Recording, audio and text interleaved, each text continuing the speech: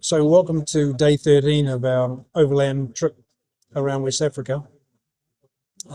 We travelled from Marrakesh down on the truck to the beautiful coastal town of Essaouira. It's basically a fishing village, I guess, but it's grown over the years and has the most magnificent Medina, which in fact is a World Heritage Site, and justifiably. And the good thing about that is that there's no cars in the Medina. You get the odd motorbike, so it's doesn't mean it's not noisy, but you don't get that traffic sound, and you're not going to be run over every 10 seconds, which is great. It's got a really nice beach, and it's I guess a holiday town for Moroccans where they kite surf and all sorts of water activities.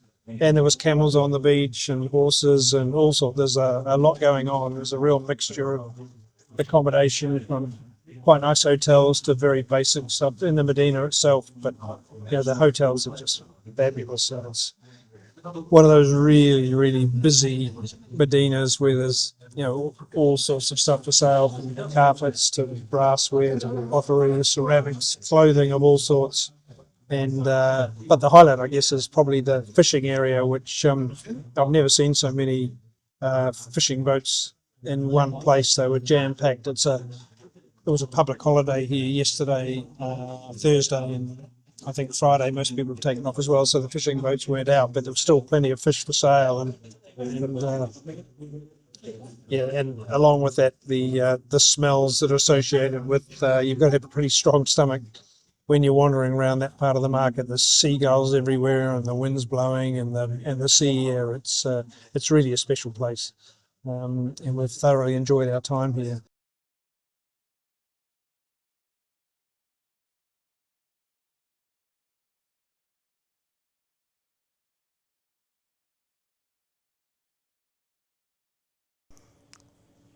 So this is day 20 of our overland trip through Western Africa. We left Essaouira and headed down the coast towards Western Sahara, the Western Sahara. We crossed the border at Tar, and although we didn't actually require any passport checks, there was really no border control to speak of. There was some military, but there was no immigration procedure whatsoever. And the reason for that is that the Western Sahara isn't really recognised as a country in its own right. The Moroccans claimed sovereignty over it in the mid-70s, and then spent the next probably 16 years, maybe slightly longer, till 1991 anyway, at war with the local indigenous Hawari people. And that war ended in 1991 when the UN brokered a ceasefire, and the understanding was that there would be an election by the local people to decide who would govern the country, and to this day that election has never taken place. And the UN keep a peacekeeping mission here, but from our perspective, from what we could see, it was largely controlled by Morocco, and my understanding is that they control probably 80% of the country, and the Mauritanians the other 20%. There's a small area that the Sawari people have control of. But we saw an awful lot of Moroccan flags on our way through, so quite clearly it's controlled by the Moroccans. The Western Sahara is pretty dry, rocky, sandy place, and I imagine it gets very, very hot here in summer. We're here in the off season, and it's actually quite cold in the morning, but it warms up during the day. And we travelled all the way down. It took 4 days to get down through Western Sahara to the Mauritanian border. And look, there was some interesting stuff along the way. We stopped at the Kennefice National Park, where still a lot of salt mining goes on. There's a lot of remnants of discarded salt mining gear. And we also passed through Dreyfia and El Argub.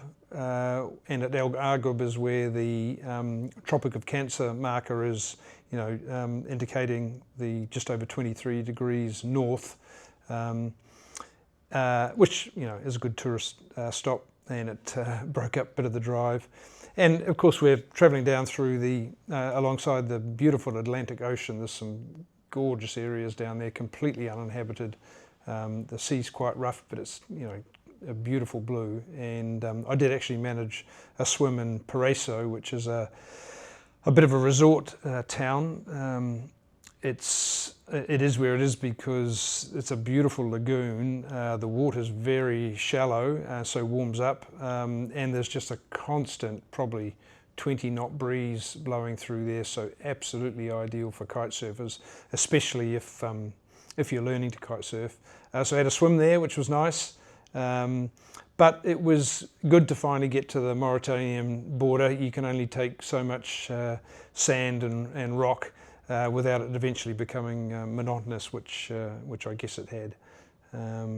Anyway, we arrived on the Moroccan side of the border early in the morning in the hope that we would get there before the crowds, and we largely did that.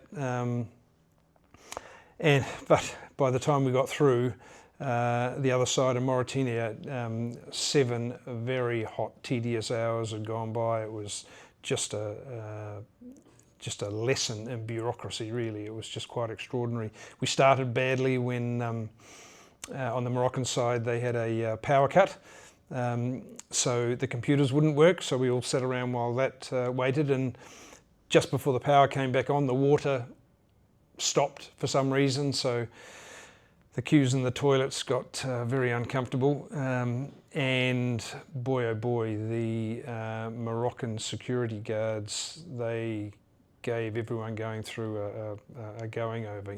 There's cars going through that, honestly, how they actually drive, I don't know. They look like they should have been condemned years ago, but they are absolutely full to the gunnels with luggage, and it almost looks like lifetime possessions, which are all wrapped up in boxes and duct tape and you name it. Well, they open every single box. No stone is left unturned. So you can imagine the amount of time that takes. And in fact, we made a decision to leave the truck and walk the probably 3 kilometres, I imagine, which is basically no man's land, while the security staff went through the truck with a fine-tooth comb. I don't know what was going to happen if they found something. Fortunately, they didn't. But I pity our driver who had to be there and explain everything that they came up with. Anyway, we walked through the no man's land, which, as I said, was about 3 kilometres. And it was hot as hell, and what a dump that place is. Honestly, it's almost as if every man and his dog that arrives has to dump all their rubbish before they reach either end of the border, and clearly no one maintains the road. And how some of those trucks got over it, I do not know. It's just an extraordinary, I've never seen a border like it, to be honest. It was just chaos. But anyway, we got to the Mauritania side, and oh boy, the bureaucracy started all over again. I don't know how many times we were asked to show our passports. For what reason, I do not know most of the time. And the vast majority of the time was spent while they fingerprinted us and took the iris reading that they do, collected the border fee. But if there was ever any slight issue, you seemed to go to the back of the queue again with no explanation. Admittedly, we don't speak French and they didn't speak English, which made it difficult, but we did have a couple of interpreters there, which I guess probably helped, but it just seemed, Amory and I ended up being the last people through because for some reason we had all the right documentation, but their scanner just wouldn't read it.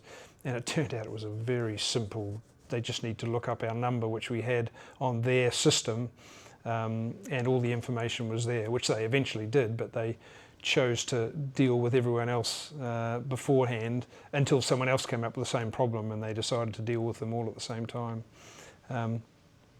From there, we then had to go into another line where we got our passports stamped, and how that needed to take an hour and a half, I do not know.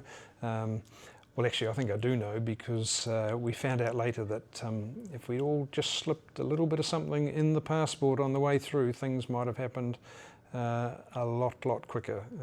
Anyway, we're possibly a little bit naive, and that's not how our culture operates, but clearly some do.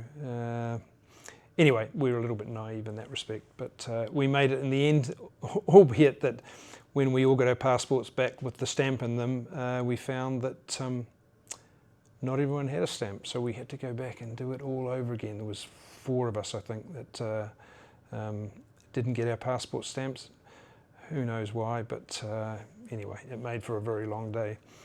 On the plus side, we did get through, and one of the first things we did was cross the famous Mauritania railway, which is the single lane railway that carries iron ore from Zaurat to Nahudabu, which is where we are at the moment, and famous because, you know, some of their trains are up to 3 kilometres long. We did see a train pass. It wasn't that long, but it was still pretty impressive, and it was nice to witness that. Anyway, we're in Nahudabu now, and we're going to have a day off. We're hoping to get down to the port and have a look around where all the fishing boats come in. But first and foremost, a long hot shower and some air conditioning, which will be nice. We're arriving at the border at the end of Western Sahara, preparing for our trip across into Mauritania. Beautiful sunset. Sunrise, sorry. Obviously we all got up pretty early this morning.